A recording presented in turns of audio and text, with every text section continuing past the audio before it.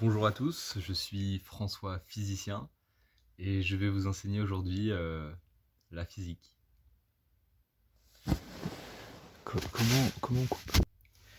Alors voilà, dans un premier temps, on va voir ce que c'est qu'un MRU.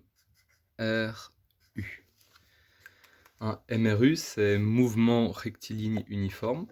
Donc c'est un mouvement qui est sur une trajectoire rectiligne, donc qui ne tourne pas, et dont la vitesse ne change pas.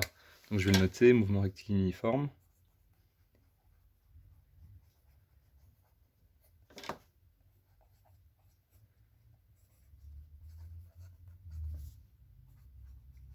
Voilà, c'est le plus simple de physique.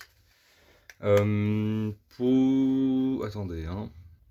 Pour vous aider à visualiser, un MRU, c'est par exemple une voiture qui va du 100 km/h sur l'autoroute. Elle ne décélère pas, elle n'accélère pas, et elle va tout droit. Elle reste en MRU. Dans un MRU, il y a trois principales informations qu'il faudra bien prendre en compte. C'est la vitesse, donc V.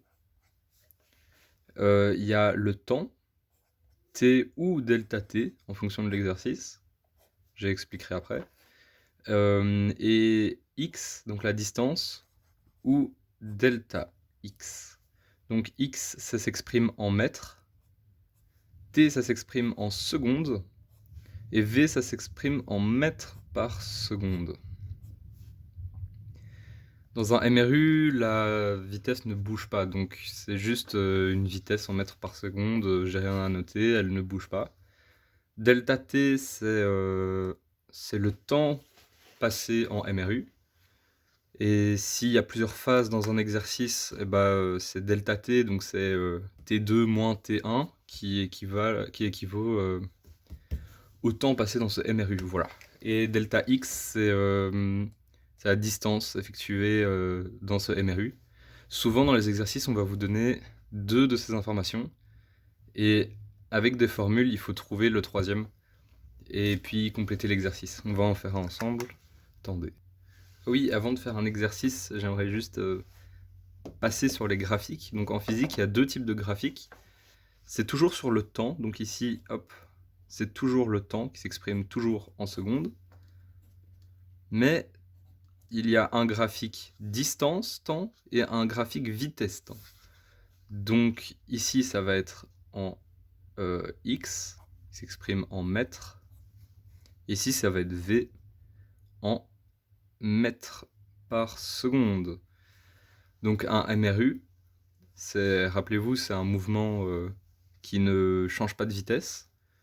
Donc sur le temps, plus il avance, plus le temps passe, plus il avance, puisqu'il garde sa vitesse.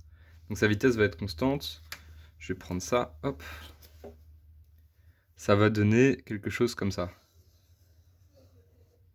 Donc imaginez, ça c'est une seconde. Il avance, ça c'est 1 mètre. Il va avancer 1 mètre par seconde. Et il va garder cette vitesse. Comme il garde cette vitesse dans un graphique vitesse-temps, ça va être une ligne horizontale, parce que la vitesse ne varie pas.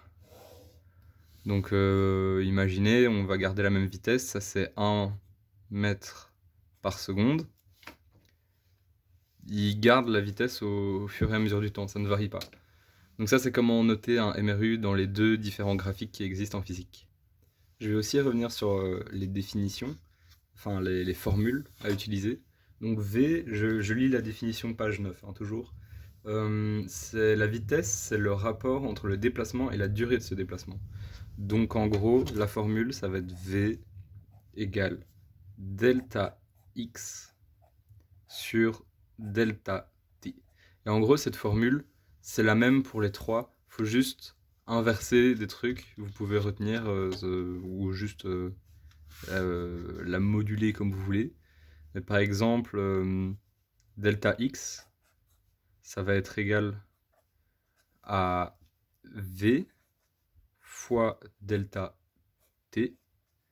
Et delta T, ça va être delta x sur delta v du coup. Calculer un delta, je sais pas si vous voyez ce que c'est, mais par exemple delta t c'est égal à t2 moins t1, et delta x c'est x2 moins x1. À quoi ça correspond? Dans un mouvement, quand il y a une certaine phase, ça va être, par exemple pour la distance, ça va être la distance finale de cette phase, moins la distance initiale, et comme ça calcule ce qu'il y a entre, c'est la différence en fait. Un delta c'est une différence, et ça vous permet de trouver le temps passé en MRU. Souvent dans les exercices, quand ils vont donner la vitesse, ils vont le donner en km/h. Donc hop, km/h, mais nous on veut des mètres par seconde, c'est noté ici. Donc il ne faut pas oublier, surtout pas, de convertir en mètres par seconde. Pour ce faire, il faut diviser par 3,6. Pour passer de l'un à l'autre, hop, il faut multiplier. Donc ici, on fait hop, divisé par 3,6. Ici, on fait fois 3,6. Donc c'est super important de toujours utiliser l'unité nationale, là, je sais plus, mais en gros, il faut utiliser mètres par seconde et pas les kilomètres/heure, et il faut pas oublier. Ici, j'ai trouvé un petit exercice que j'ai noté. Donc une automobiliste parcourt 18,6 km en 18 minutes et 30 secondes. Calculez la vitesse en mètres par seconde et en kilomètres/heure. Donc déjà dans l'énoncé, il faut cibler les informations qui nous intéressent. Ici, c'est la distance et le temps. Donc quand on a la distance et le temps, il faut trouver la vitesse. Ici, il nous la demande. Comme je vous avais dit, on a souvent 2 informations parmi les 3, et il faut trouver la 3e. Donc on va le faire ensemble. On va noter les informations et on va les convertir dans les mesures qui nous intéressent en fait. Donc x ou delta x, ici ça n'a pas d'importance, c'est égal à 18,6 km, soit 18 600 mètres. Parce que kilo c'est 1000 et voilà, ça fait 18 600 mètres.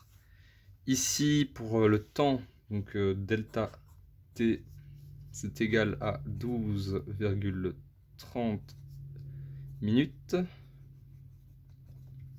Enfin 30 secondes et minutes, machin là. Du coup, pour calculer non, on va d'abord la convertir en secondes. Donc, on sait déjà qu'on a 30 secondes. Et puis, il faut juste convertir les 12 minutes en secondes. Du coup, on fait plus 12 fois 60. Je vous dis ça tout de suite. Fois 60, c'est égal à 720. Donc, c'est égal à 750 secondes. Et maintenant qu'on a les secondes et les mètres, on va pouvoir calculer la vitesse. Donc la vitesse, c'est delta x sur delta t, comme on l'a vu ici.